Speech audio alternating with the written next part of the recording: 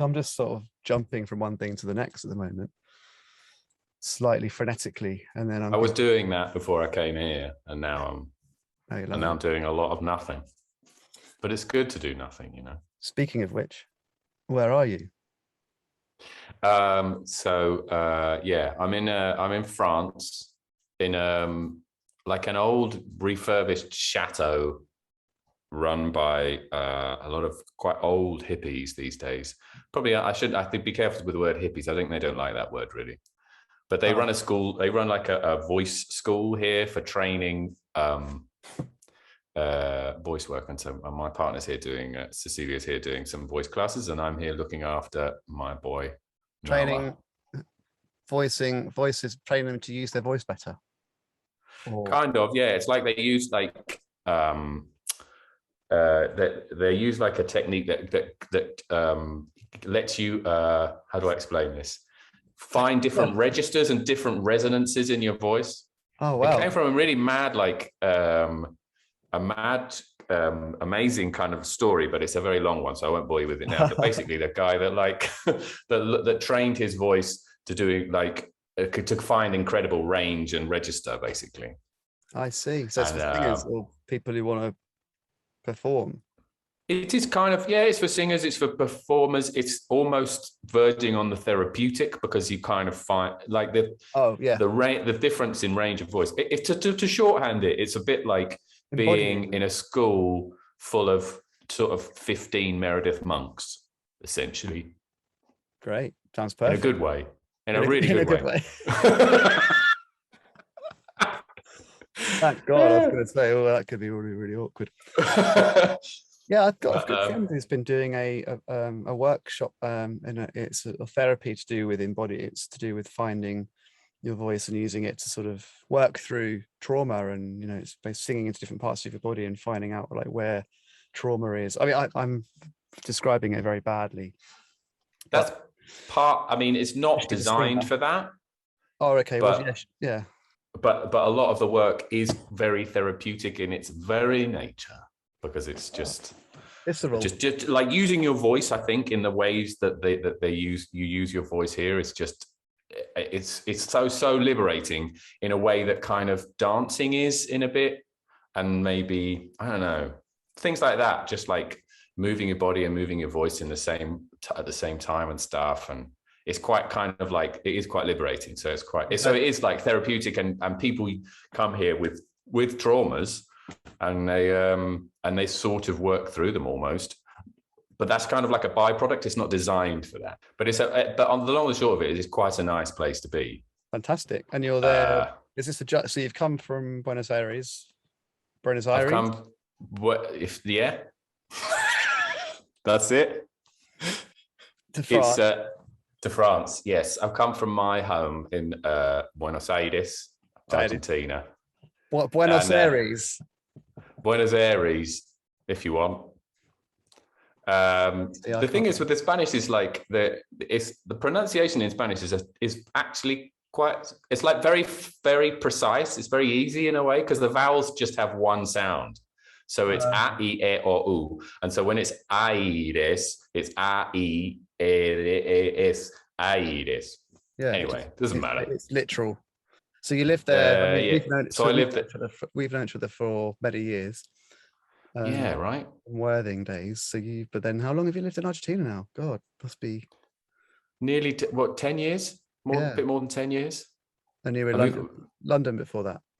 I was in London before that. Yeah. I moved up to London from Brighton with a couple of other sort of Worthing crew, and then like did the London thing. But I would have stayed. I loved it in Brighton. I had a really good time. It was just like I could see people sort of drifting up to London, and I thought, well, all right then, okay, yeah, I'll go up to London then. But I didn't have any plans going up to London whatsoever, and that continued for 10 years. Like, well, I don't remember you doing much singing and songwriting back in those days. It didn't. No. Come onto my super title, but I knew that you were like a musically inclined person. And then I always felt like I was a bit like, I have very interesting memories from like Worthing days, because I felt like there was like a super group of my friends that never happened. And I felt like it never happened because I never dared to write lyrics or write songs, because I felt like I was always the one that was sort of like a bit, you guys were like the proper musicians that were like proper doing it and proper. Well, you were though. You had that. You had Elvi Logic. Name check. Yeah, I mean, I never felt, it always just felt silly to me. You know, it always felt like a fun hobby that we were just sort of. But your heads were always more in that than, whereas my head was just in everything. Try and like make it seem like we were like serious musicians was, I think that's overstating it a little bit. But we were putting the time in. I think we were, you know, rehearsing and writing, and it was a thing that we loved doing. But yeah, that band. So that was, yes, that contained. Did you know everyone in that band? Yep. Like, do you know what happened recently? I sold some monitor speakers that one of them was broken, and I've been sitting around in my room for ages. So I put them on Gumtree or Facebook Marketplace, and the person that bought them was JP's brother, the guy that was our scratch DJ. Oh shit! And he's the guy that actually put JP in touch. So when me, Andy Oates, and James and Jim were sort of mucking about doing funk and drum and bass and stuff, we were just hanging out and partying. When we popped into an off license in Worthing, the one on Goring Road, to get some booze, and we were carrying some CDs, or we were going somewhere to put tunes on. And this guy Dan was behind the counter, and he was a geezer, and he's like, "All right, what are you guys doing? Where are you going?" And it's like, got chatting to him. He knew all about house and drum and bass music, and he was like, "Yeah, my brother's a scratch DJ. If you're looking for one." I don't know how it came about. Basically, he was like, "Yeah, here's my brother's number." So he hooked us up with JP, who became the sort of guy with the turntable. The scratch. Yeah. He was legendary back in the day, because it was right around the time when that was the thing have or do, was to be a scratch DJ, and he was like the best one that we knew at the time. Yeah, he was great. I can remember Andy Oates going on talking about him a lot. Like, JP, he's so good. Yeah, it added something that we know no other bands that we knew of had that in it. And he was a funny guy, good to hang out with. But yeah, I mean, I hadn't seen Dan since those days, really. So it's quite funny. I don't know how long ago that is now. 25 years, 20 years. Oh God. You were like in London, then you went to Argentina. They're just doing a bit of backstory for you, Tom. Thanks. I'll fill it in. When were you writing songs then? When did the songs start? The long story. Now let's go. Well, I'll summarize. I wrote a song when I was in sixth form. Worthing High School. I wrote a song. I had a band in Worthing High School. It was called Henry, and I couldn't think. It was a terrible name, and I like it. And we did covers, except for one song, which is about. It was called Henry the Weatherman, and it was about a guy called Henry, and he was a weatherman. And I kind of wrote that song. And then off the back of that song, I was so embarrassed, I never wrote a song again. For about 20 years. You didn't think, oh, that one wasn't very good, I'll write another one. No, exactly. I thought that one was very good. Let's just leave that now. I'm never going to try and redeem myself. I'm going to God. Did you record it? There's some VHS video of it somewhere. Oh yeah, the whole gig. And me doing a guitar solo. I'm getting in my head, I'm getting Henry's cat. No, it had nothing to do with Henry's cat, I'm sorry to say. Okay. I'd be a millionaire if it did. We have to fast forward a bit to... Yes, let's do that. Well, I'm just wondering whether whether you were sort of consistently back pocketing songs for the last 10 years. Not really, no. I always turn to my little nylon string acoustic guitar. I learned classical guitar. So I had classical lessons back in Worthing with a guy called Richard Slack, who had a knitting needle to threaten you if you got it wrong. He never poked me with it, but he had it. And I think I did pretty good for a good few years. And then I just got a bit, I was never going to get pushed to that extra bit of level that you need for classical guitar. So I kind of put the guitar down for what I feel like was 2 years. And then my uncle gave me like a Rickenbacker acoustic, what do you call it? Electric acoustic, what do you call them? When you can play them without plugging them in. Let me just think. Semi-acoustic. Anyway, one of them.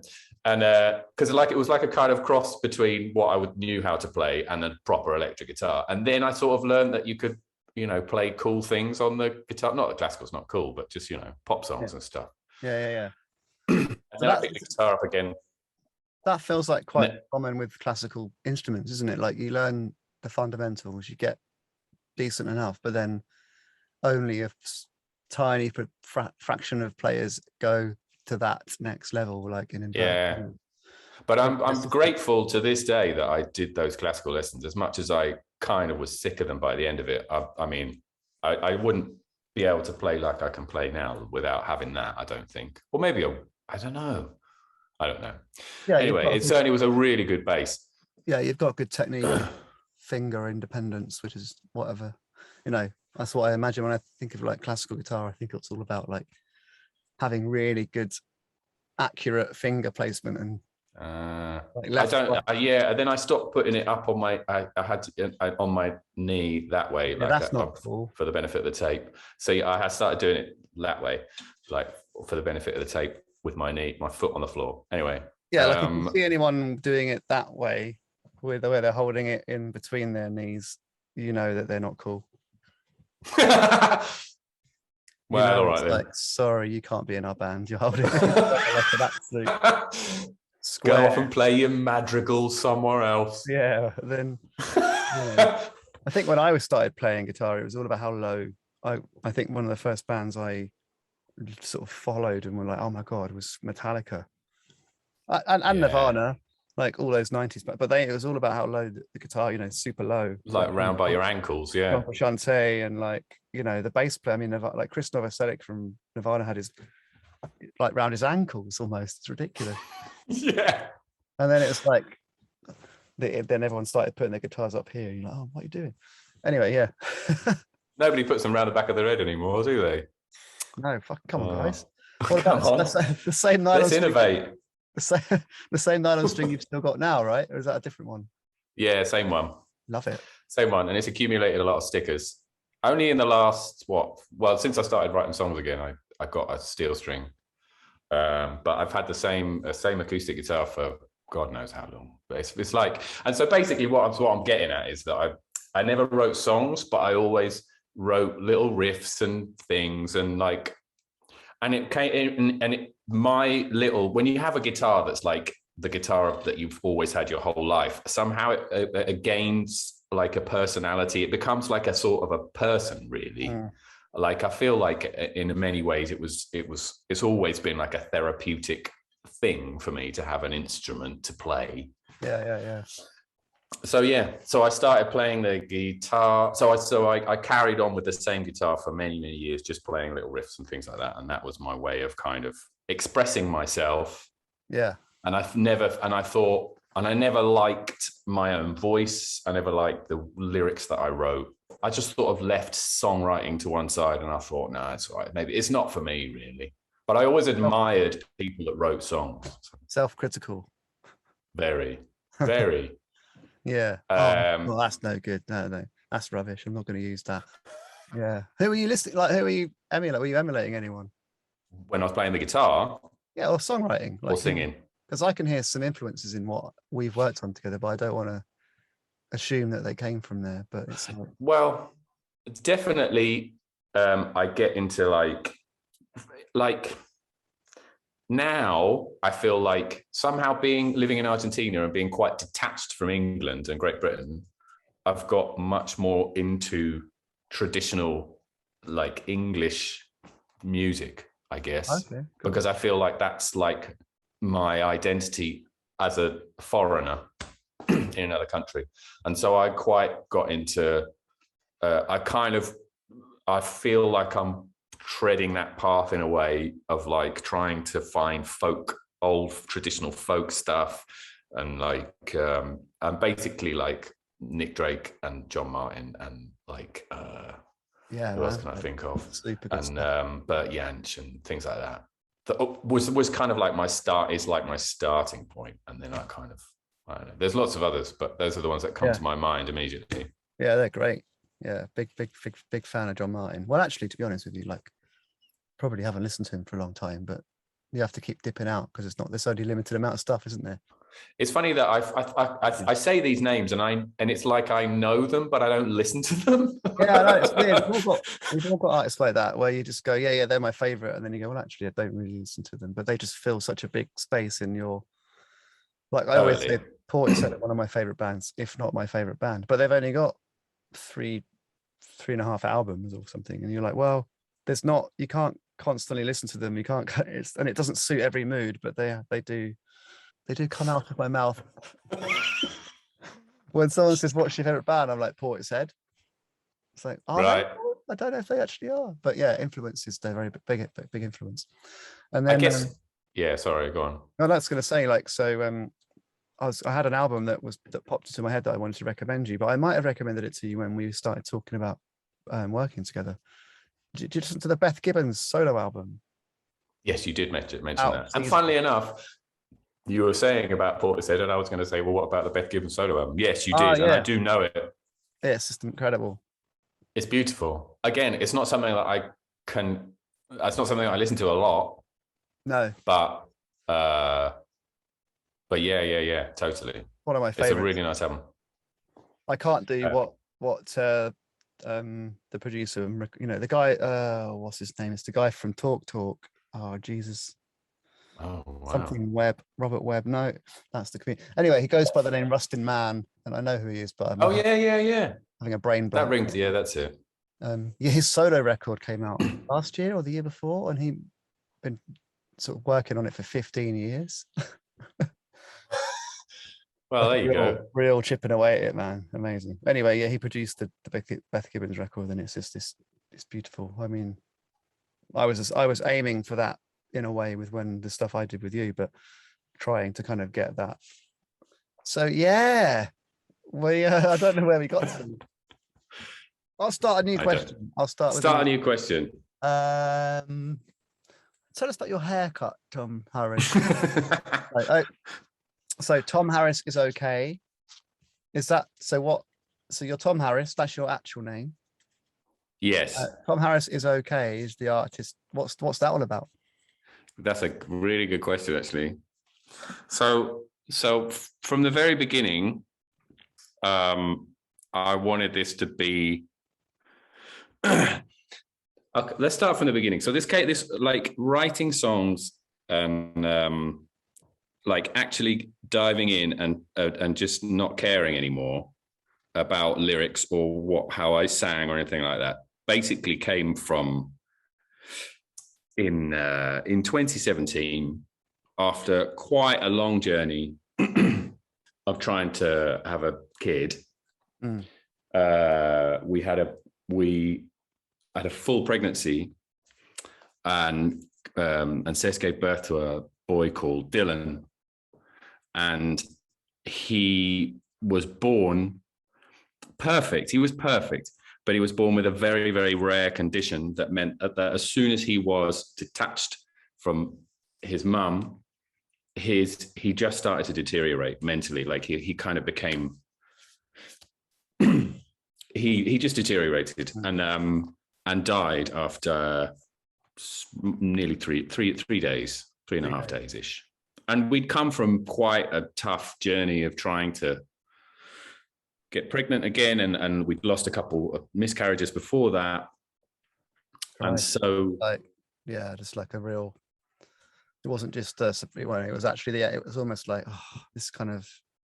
It's just I've never. It's really hard to describe, but you go from just the most highest of high that you can possibly be to suddenly just being utterly devastated. And we were ruined for a long time after that, like for a good few months.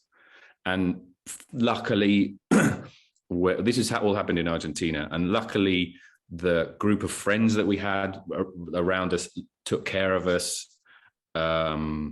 We never slept the night without somebody in the house. I mean, it was an amazing thing that they all gathered together. We always had food because, we didn't really want to do anything. Yeah, just paralyzing. Totally. Yeah. And then I turned to the guitar because, as I kind of said, like, it was always been my solace in a way, but like it was my therapy. And I started to play the guitar, and and then I just thought, fuck it, I'm just gonna write songs and not care. Like, there was a weird, I don't know if this is the same for everybody that goes through these kind of experiences, but there was a period of about a month and a half or more probably, where I just felt like I just didn't give a shit about anything. Yeah, and your focus for so long had been on, that having basically being a family, and like when you reach that low, and why it probably just wiped out it made you probably a bit more numb. I just needed it. I just needed it. It came from a need. Like, I'd always played the guitar, and I'd often played the guitar in like moments of real stress and sadness or whatever, because if you can't put it into words, then you kind of put it into music if you can, or you put it somewhere. And so I just sort of didn't give a shit, and I just started writing lyrics and writing songs, and after a while I had cobbled together kind of an album's worth of songs that were all, generally speaking, related to Dylan dying, or what we went through, or what we were going through afterwards, because then we had to do like treatments and stuff, and to get pregnant again and stuff like that. And so that all ended up on a little an album, like a demos album that I called the Empty Room EP. And then I put that up on Bandcamp, and I thought, well, and I started playing out as well. Cool. But as I say, I just didn't give a shit. I just didn't care anymore. I didn't care. I rode on the back of feeling like it doesn't, that my old anxieties about writing songs or singing were no longer there. Like, I kind of always knew that I could sing, but I just hated everything that I wrote. And I made a conscious decision in a way to just not care. Great. Like, it resulted in some great stuff. And like, it's horrific that you had to go through that experience. I've got close friends over here that have had similar things happen, and I can't, nobody else can relate really. You can just say that you're sorry that you went through it, but in terms of it's something that's good to write about. It's something that's good to share, isn't it? For your own good. But I think people, it's a story that people, even if it's not something they ever want to go through or have been through, they still connect to that loss and that grief and that hope. And the sense, it kind of felt like perspective that you must have in that situation. Were you thinking about the future? Was it a lot of just thinking about what could have been, and all sorts of. It's a dark subject, but it's at the same time it needs to be, sharing it is definitely going to help other people who hear the songs who might have been through the same, or know someone who has. It became a bit like, I know it's difficult for other people to want to talk to me about it, so I'll just write songs, and then they will exist.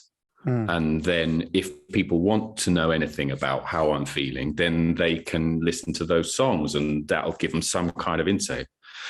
So going back to the name, like being in Argentina, and this happening in Argentina, and having very close friends, over there in the UK, it just felt right to call myself Tom Harris Is Okay, as a way of kind of going, I just imagine the conversation. It's like the answer to a conversation. Have you heard about Tom Harris? Oh yeah, it's awful. How is he doing?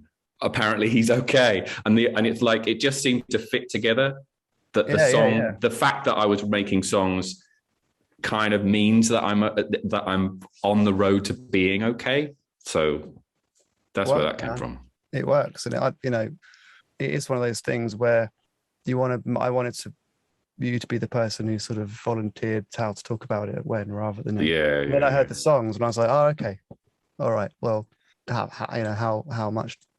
how deep do you want to go on a conversation, other than to say it's really sorry you went through it, and at the same time I can see that the results of the music you've written and the way that it gave you that emphasis as something that came out of it, and that's really good. It's really good. I'm actually not a very lyrical person, so when I hear lyrics, if they're really kind of poignant or they're succinct, that you can't avoid them. And the lyrics to both the songs that we worked on are like right there, and they're really like, oh, okay. There is times when the lyrics of songs hit me like 20 listens down the road. I'm just so focused on other stuff. It could be because we were working remotely and you sent me fully formed things that you did yourself, and it was like I'm already hearing a song that exists rather than starting to record it bit by bit. So often when I'm recording vocals, I'm focusing on the volume of the vocals and the sound and the microphone stuff rather than the words. Right. Yeah. So the first EP you did, and then you had some new songs. Or the songs we worked on were ones that you had on the EP, but in a different form. Is that right? So I had, after that first EP, I then wrote another song that was literally like my journey from Worthing actually to living in Argentina. Was kind of like a journey song for that.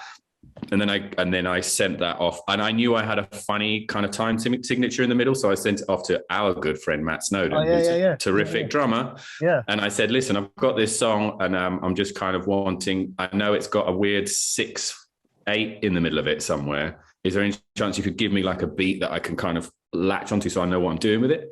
And he then took that song and he just was like, I'm just going to produce this. And so he just produced it, and it did an amazing job. So that was great. And it was kind of a shot in the arm for me to feel like, do you know what? Maybe they've got a bit of, value in these songs, and I can push this a bit further and start doing a bit more with it. But one of the B-sides on that was Feather Blue, which was just me and a guitar. And Feather Blue really is like what I'm talking about. It's like, it's really about, putting some kind of whatever trauma or whatever sort of experiences that you're having, like putting them into something. And if there's anything that I learned from all of this, was just like, if you can put it into something, if you can channel it, then you can hold on, like you've got something to hold on to. Otherwise you just let go. And there were times when I could have just let go, but having something to channel it into was just like, okay, I've got something to hold on to. And that's what Feather Blue is kind of all about, really.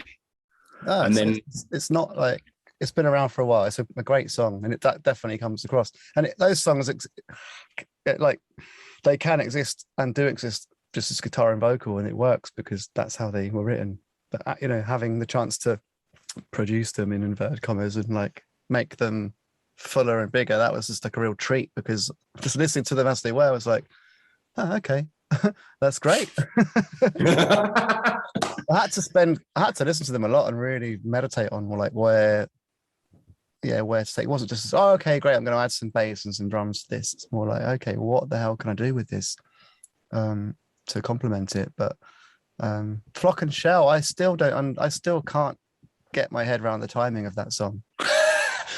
In my mind, it's a lot easier than I know, but there are. In my mind, it's a lot easier than it seems. But that meant, I mean, I can't count. If we listened to it together and you counted along, I probably would be like, oh, I see. But I knew it was throwing you a curveball. But I like how it flows. Like, I honestly couldn't count when the vocal's going to come in, and I can't find the beat, even though there is one. And I'm really good at that stuff normally. I'm normally like right on it. I love that. You did a terrific job. I had to treat it just as a vibe. I had to just add stuff that was drony because I couldn't lock in on any rhythms, which meant so that as a result, what I ended up adding was this low end and some atmospherics and some just painting over the top. But I didn't really add anything that's rhythmic because I couldn't get the rhythm. I didn't know where the rhythm was. But it's funny because for me, sorry, go on. No, but the point being, it's just like this, you could perform that song any day of the week on your guitar and vocal, and it's fantastic. And people are going to get everything they need to get from it in that way because it's just very, very, that lovely nylon string and the operatic style vocal. But yeah, taking it, having it produced was probably a way to say, all right, we're going to invest in these songs. They're actually more than just these noodles and these bedroom demos. They're actually something worth bringing a bit more into 3D and a bit more depth. Totally. And I'm really glad you made that choice, man. Totally. Well, yeah, it was a choice. It was a choice, and I thought, like, I don't get the chance to play. I don't push it enough to play live. I mean, long story short, we have now a beautiful nearly 3-year-old running around called Noah, and the whole journey of that is also, it was fuel for other material, but the practicalities of having a 2-year-old running around or whatever, it's like you kind of cuts your time down to what you can do in the evenings a bit. And only now really am I kind of like, it's kind of all settled and I'm feeling like, okay, I can go out and stuff. But there was a lot of recording and like practicing in my car and driving around between jobs and stuff like that. I always I joke that that's like my recording studio. But so producing a song. Cars sound great. Cars sound good. It's a Kangoo. It's a Renault Kangoo with a big scratch down the side. Oh yeah, really good blow end in those cars. Yeah, good acoustics. Right. Have I told you Blake Mills? Probably told you that story? No. Oh, Blake Mills is a really renowned guitar player and producer. Fantastic. He produced one of Laura Marling's albums and Alabama Shakes. Really great, genius musician. But he made a solo record about a decade ago, maybe, and he wrote the songs while in his car driving around, and then he decided to record the vocals. He's not really a singer. He's got a nice voice, but he's a guitar player, producer. But yeah, he put his posh Zoom recorder mic on the dashboard and drove his car to somewhere quiet and recorded his vocals in the car, for the record. Oh, no way. Yeah, so you've got that, and it's the way when you were recording your vocals at home in your own sort of self-made. I love your self-made vocal booth. It's a whole. If only I had it. I mean, it's different to being in a big studio with someone on the other side of the glass going, right, okay, here you go. You can be totally intimate with it. Anyway, so you were saying you were driving around, writing the songs, playing the songs, but not doing enough live performance, which is what I kind of wanted to do, but I wasn't really finding the time, and I wasn't pushing it. So I thought, well, if I'm going to push this, then I have to put some time and produce and get them produced. And so I'd got 2 songs that I felt that for me always went together. And I've said this to you many times, but I felt like they always went together. Whenever I played, I would play one and immediately the other one, like they just run into each other. And so I thought, well, if I'm going to get them produced, then I'm going to I'll start with these, and these could be the start of something else if necessary, but it has to start with these. And then I can't remember. I think I must have been following you on Instagram, and I was listening to some of the stuff you did with John Seaton. Yeah. Definitely. Yeah. And 5 tracks in 2020, I think. Yeah. So there, you were kind of promoting that quite a lot, and obviously I knew about the stuff that you'd done as Champion Fever, and something that I'd always wanted to do was to take what I had, which is essentially folky songs, but give them to somebody who doesn't necessarily produce folky songs in a folky way. I feel kind of like I'm interested in just exploring what you can do with songs in a more kind of electronic way, or with a more somebody coming at it from a different angle was kind of interesting to me. Yeah, definitely. And so instead of throwing you the obvious songy song, which is Feather Blue, I threw you this operatic ode to the West Pier in Brighton. Yeah. Which is like, and I was like, I was just literally looking at the West Pier in Brighton about before we had this chat. Yeah, it seemed to be destiny because I knew you lived just down the road from it, and I thought, well, it kind of has to be Steve then, right? Like he's there, you can feel it. Yeah, and I went and recorded some sounds right by it. Beautiful. I took my phone and my iPhone and my Zoom recorder, so 3 different things. I think it was 3 things. Yeah, I recorded 3 different sources of the sea coming in and out. It was really hard getting seagulls though, man. Like honestly, in Brighton, you think seagulls are going to be they are, but when they're making a noise, it's often not very song friendly noise. Like you think of seagulls, you think, oh, there's a couple of seagulls going in the background. It's nice. But when they're doing their thing in Brighton, it's a fucking swarm of them going. It's not nice sound. And I was like, a few times I was like, oh yeah, this is great, I'll record these. And I was like, nobody wants to have that in a song. It's like, unless it's called Seagulls Attack, in which case the birds. Send me a track. The Alfred Hitchcock version. To get some subtle beach seagulls is actually quite challenging. I remember you sending me, like, every now and again, I just get a photo on my WhatsApp from you of just you sitting next to a seagull. Because I specifically said, this is very important, Steve. I want seagulls that are by the West Pier. They need to have the West Pier accent. Yes, it's true. There's a specific accent. And I kept stalking these seagulls. I kept seeing one seagull and I'd be like, right, I'm gonna try and get that. I took these like private investigator style photographs of the seagull. Yeah. Very good. Just to prove that I was working on the track and not like just doing nothing. But there was that's. But what did you? Can I ask you a question? How did you know the song before I sent it to you? No. So what did you hear when you heard it? What did you think? Did you think what you could do with it, or you sent me the link to the one that was on Bandcamp? Yeah. I mean, I had heard it, but it didn't sound that different to when you sent me the recordings that you made at home. No, it was pretty similar. I mean, we had a few goes on the vocal, didn't we?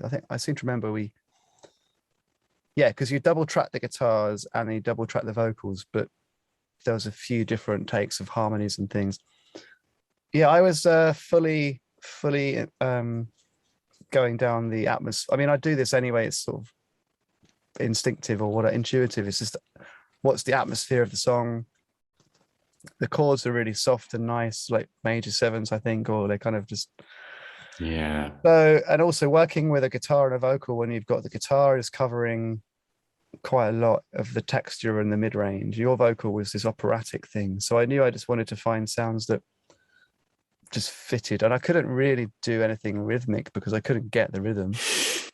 It's quite a weird situation where I would normally be like, oh yeah, okay, there's the groove. What I thought I would do is just do stuff that would help the song swell, have a growth, and have, I guess, let the guitar have something to sit on top of, and then in turn have the vocal sit on top of that. But really, it's not a case of, it wasn't that cognitive. It was just going with it. Very, very try it, see what happens. I tried probably 4 or 5 takes of different things before I sent you what is there. It's always a bit of trial and error working out stuff. And I think I used my, it would have been 1 or 2 synthesizers through Strymon. I've got this really nice Strymon El Capistan delay. It's like a tape echo delay. It's beautiful. Get a really nice kind of like warbly stuff on it. I think I probably used that. And then my Korg Minolog for just some nice warm synth bass. But all played live and all responding to your guitar strum changes, really. So they're all slightly just behind the beat. So because I'm like, oh, there's the next note. I'm aware that I am not a session musician. I'm very aware of it. It's all good, man. They sounded cool. So you were recording your parts in your little booth at home, sending them to me. I was dropping them into Logic, and then painting on top. All it was really was matching atmospheric elements, and then there's some things that sound like cornets or drum or brass. That's just another synthesizer sound. Right. And I love harmony and counter melody. They're two things I like. Counterpoint melody is really important for me. So yeah, but subtle. That was it. Just go subtle. It's got the sound of the sea as well. It's got that kind of top end rustly, windy kind of sea sound in there. I listen to it without that, and it's really different. That adds quite a lot. Oh, really? I mean, I remember saying to you, because we had that whole conversation. Because to clarify, I'm not in at the moment. I'm in France, but I live about like 7,000 miles away from where you are. So I knew it was going to be like more difficult. But then it was at a time when everybody was completely disconnected anyway. Yeah. And they were because of COVID and everything, and so it sort of felt like I might as well have been just down the road, really. Yeah, exactly. And you had an okay mic, decent enough mic, and you built because you're you do voiceover recording, so that's right. That's helpful. No, I wasn't actually. I was super impressed with what you sent through, and I've been working with some other people in it who've been recording vocals in really crude ways, like using the laptop microphone or whatever. And I like the challenge. I like how unique it sounds. I'm not a purist with gear and things being super high quality.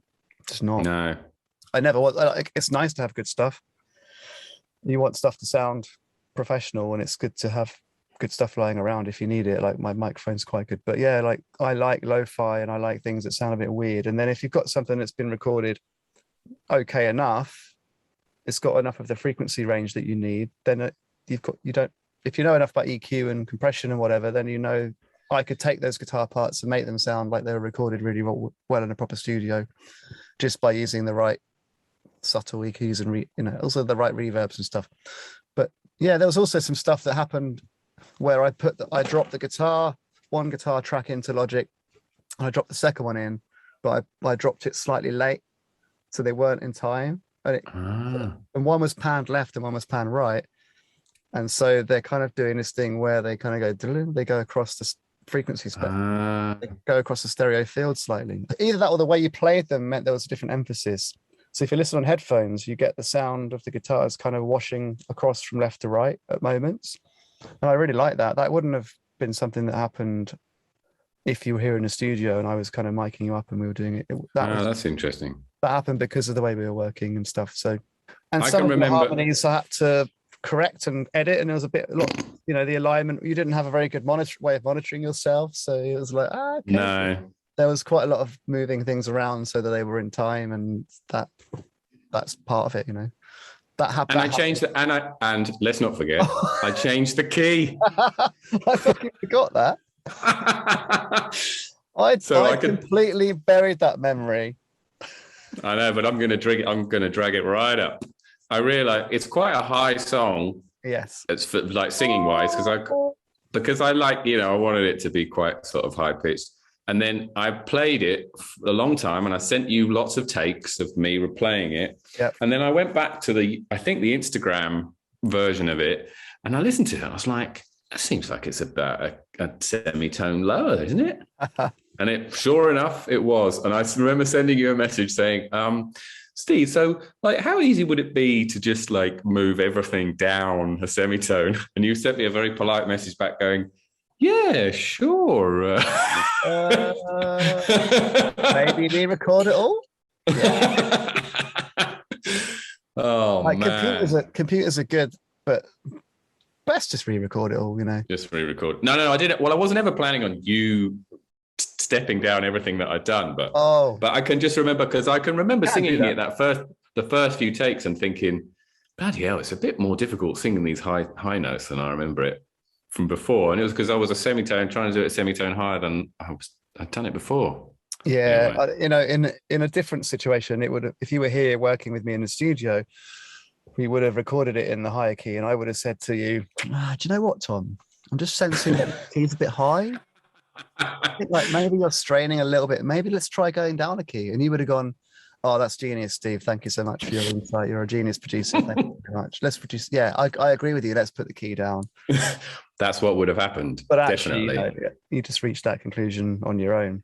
No, that was fun. I don't know how far I think I'd done a bunch of different that was before I'd settled. That actually might be a reason why the song ended up how it did, because I think I did a lot of the first bunch of ideas in the first version, and then you sent a new version, re-recorded everything, almost started again. Then I was like, right, okay, got this new key, and then it was fresh ideas. I think I remember like being a bit like, oh, okay, Jesus, that's a bit of extra work.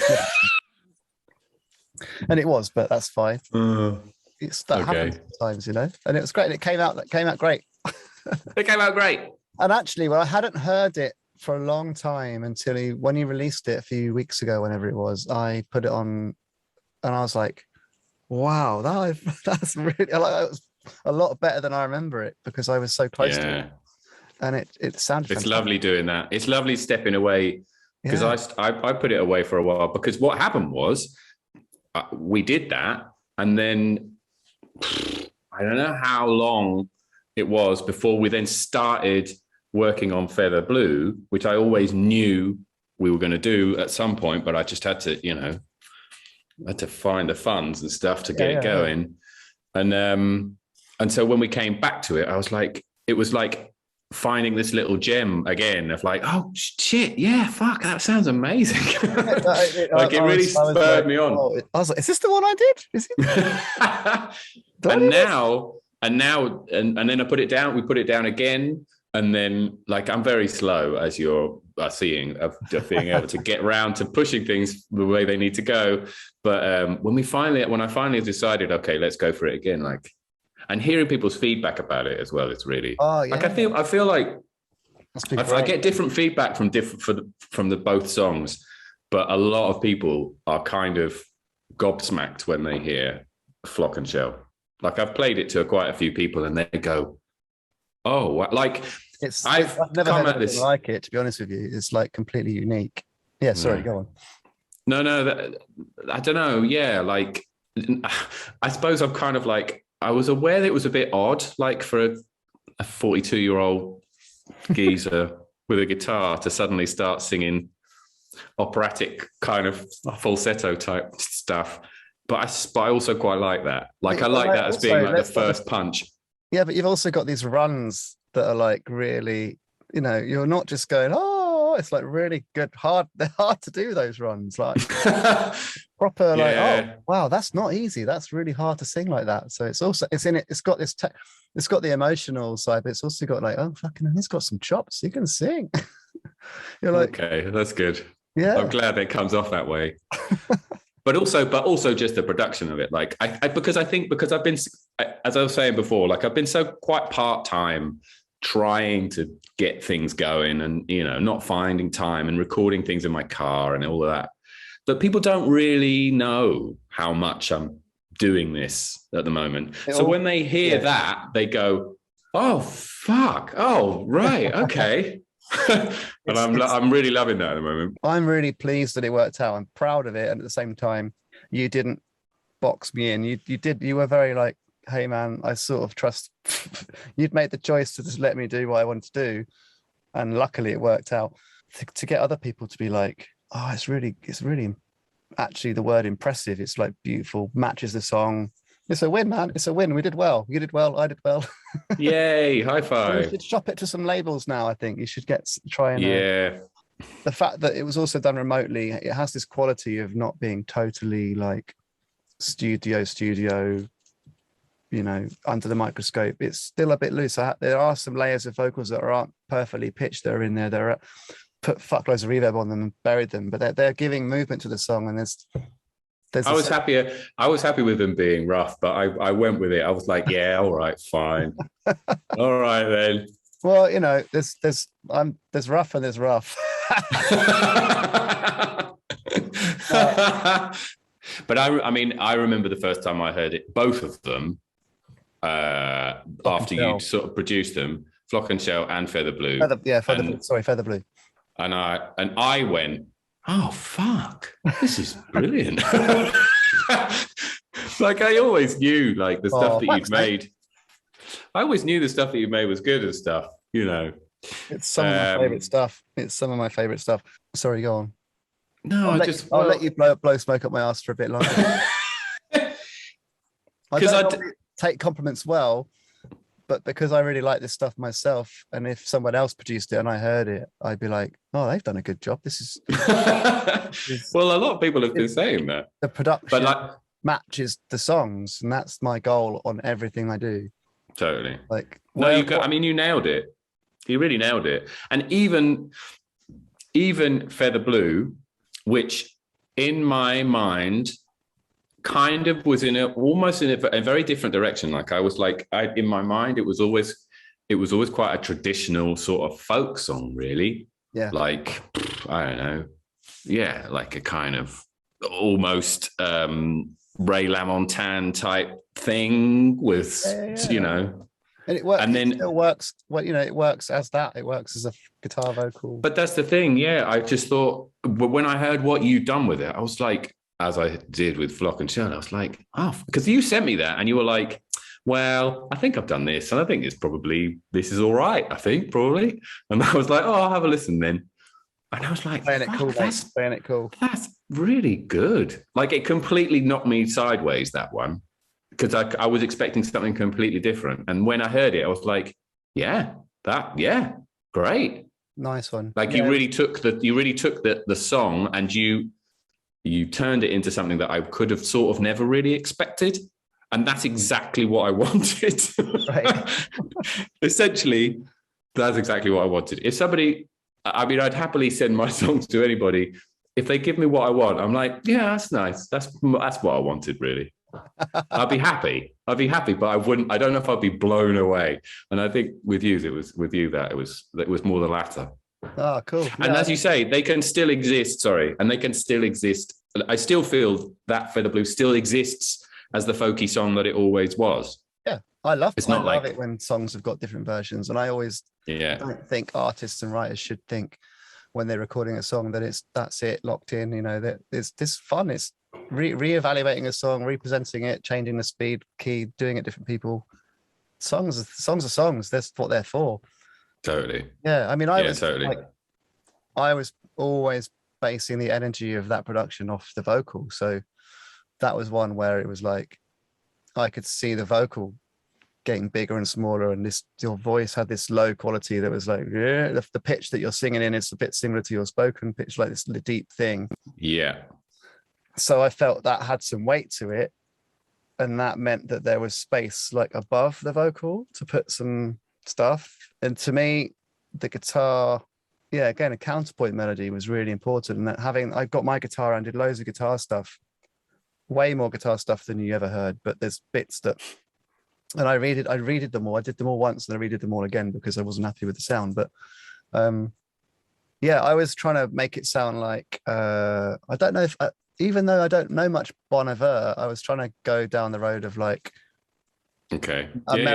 American alt folk indie rock, like cleverly arranged instruments, of rich instrumentation, counter melody, and like imagining in my head like a bunch of guys in check shirts and floppy hair, like on a stage playing it.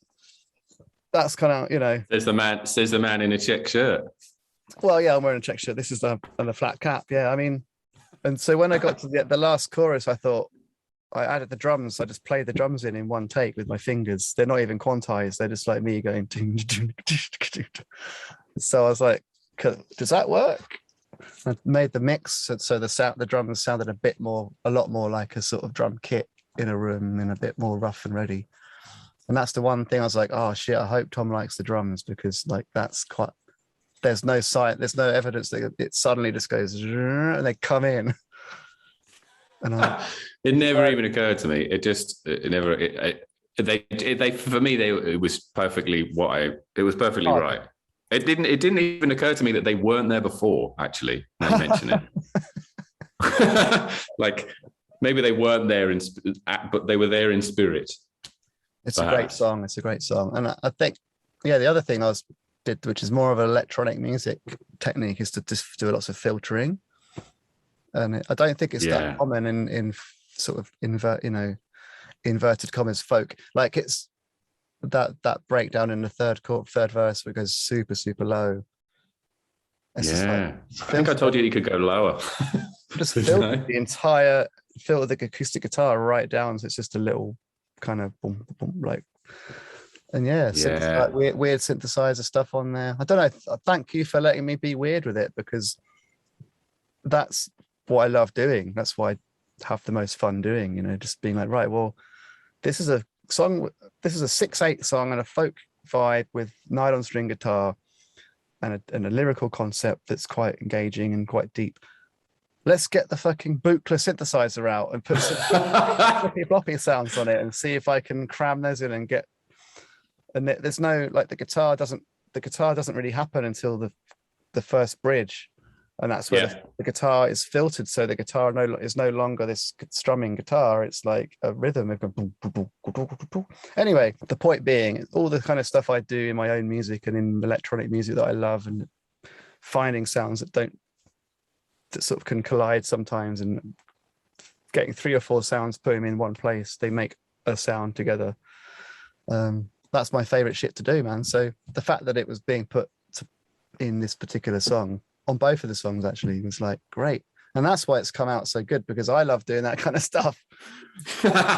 Really, I mean, I don't ever really do anything that I don't like, but the parameters change for every project. So sometimes I'm, you know, the idea of doing stuff with Buchlas and making stuff, I don't know what's going on, and chopping stuff up, that's not really the right approach. But for putting it in the context of a song like that, it just was like, this is fun. I'm having fun. But right. Moving the subject on from saying how great the stuff is. Thank you for letting me do the production on your songs, Tom, and the mix. No, that's fine. Thank you for doing it. And if you want to hear the songs, if you're listening to the podcast, then go and find them. Tom Harris is okay. On all streaming platforms. On all streaming platforms. Distro. The main thing is Instagram, but I'm quite poor at social medias. But the best I can do is Instagram. But they all my stuff exists on Bandcamp, and this exists on Spotify and other things. I think Apple Music maybe. Yeah, it goes. I think it's probably on all of the places. There's 2 songs, which is not a huge back catalogue. Obviously, but they work really well together as 2 songs. I think I like the fact that if someone was to stumble across you, they would hopefully listen to both of those together and be like, wow, that was a little journey. And it's quite poignant, or pretty poignant, and also sonically on headphones is quite like immersive. There's like some 3D audio going on with sounds, like binaural stuff going on in Flock and Shell. And I think it's like a nice little warm escape. Are there people is there a scene in Argentina of people who dig like this kind of music? And is there? I mean, there's a great couple of folk nights. There is a scene of like this kind of folky kind of stuff, of like Argentine stuff, like folky Argentine stuff, like chacareras and stuff like that. But also mixed in with that, there's a lot of like European, British sort of, and American style folk, right, as well. And there's a couple of good nights that I've played at, but then of course COVID and and it's much harder to. But I did go back to the first place I performed, which is called Folk You Mondays, and I went back and I did Flock and Shell, and I did Feather Blue there a few months ago. Oh, a few months ago. Oh yeah, cool. Yeah. How'd it go? Yeah, it went good. I did 4 songs. I've got enough songs to do like 8 songs, so I should be able to, organize a night, but I'm just not very good at organizing that sort of thing, Steve. That's the problem. Yeah, but the people who are putting on gigs, like we've got So Far Sounds. Do So Far Sounds exist in Argentina? Probably not. They might do. They're spread out. They're pretty spread out, to be honest with you. But there's a nice filter there. They bring in artists who are new. There's lots of things you want to try and like get someone else to hear your music and bring you into a gig rather than having to organize the gig. But another nice way of doing it is to sort of find other people in your area that are doing a similar kind of thing, and like book them as the main act and then support them and that kind of thing, Well, that's a bit like what I'm doing actually, because there's a good friend of mine called Jennifer Mule, who goes by the name Damsel Talk, and she's another British girl that's in Argentina who is an amazing jazz singer. amazing, and also kind of does crazy stuff with her voice and stuff. And going back to Meredith Monk, she does like really crazy stuff, and she's now with a terrific pianist, and she does really good. She's got like a whole, like she's got a bit of a name for herself over there as kind of in the jazz scene, and so we've talked about putting a night together maybe or something. She's really good at like doing that sort of thing, and I'm just trying to grab onto the coattails. You can do that, then. Yeah, she can do that, and you can just rock up and play a song and fuck off. Yeah, and yeah, like so you're in France. So I'm in France now, and then I'm coming over to the UK, and I'm doing a couple of nights in Brighton, which seems just about the right thing to do because Flock and Shell is all about the West Pier. Yeah. And so it seems like the right place to go. They've got some really nice looking open mic nights, and they're like wedged me on the bill. Yeah. Hello. I'm going to get a pitch invasion in a minute. That's all right. We've been rambling on for ages, and nice. Got a lot to work with. Thank you for being on my podcast. That's all right, Steve. I haven't. Thank you for having me on your podcast. See ya. Ciao, ciao. Bye.